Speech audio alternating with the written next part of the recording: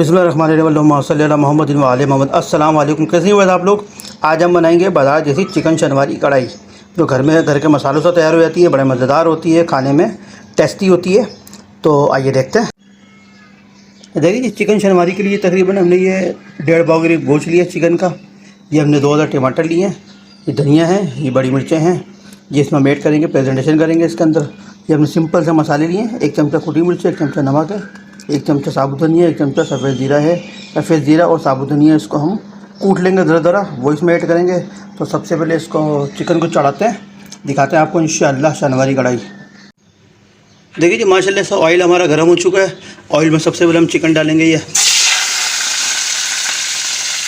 Chicken को अच्छी तरह तकरीबन 2 से 3 मिनट तक इसको भुना है, फ्राई करना है तेल के अंदर चिकन को। देखिए जी, चिकन को तकरीबन हमने 2 से 3 मिनट इसको हाई फ्लेम पर भून लिया है।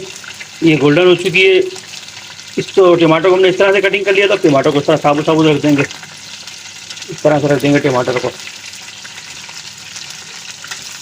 टमाटर रख दिए इसके अंदर हमने, तकरीबन इसको 2 मिनट कवर करके रखेंगे स्लो फ्लेम के ऊपर। फिर देखते हैं इंशाअल्लाह।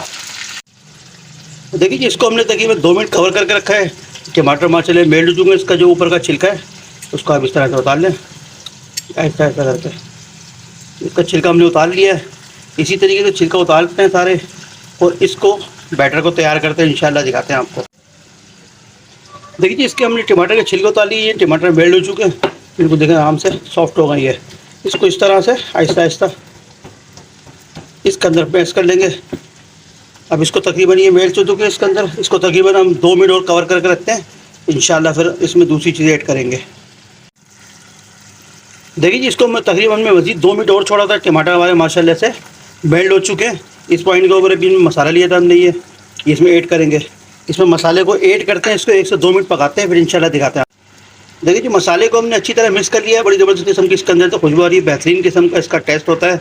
तो इस पॉइंट के ऊपर अभी लहसुन अदरक का पेस्ट था, हम इसमें पेस्ट डालेंगे लहसुन अदरक का। लहसुन अदरक का पेस्ट डाल के इसको अच्छी तरह मिक्स करते हैं 1 से 2 मिनट। देखिए जी, इसमें लहसुन अदरक का पेस्ट डाल के हमने अच्छी तरह मिक्स कर दिया है।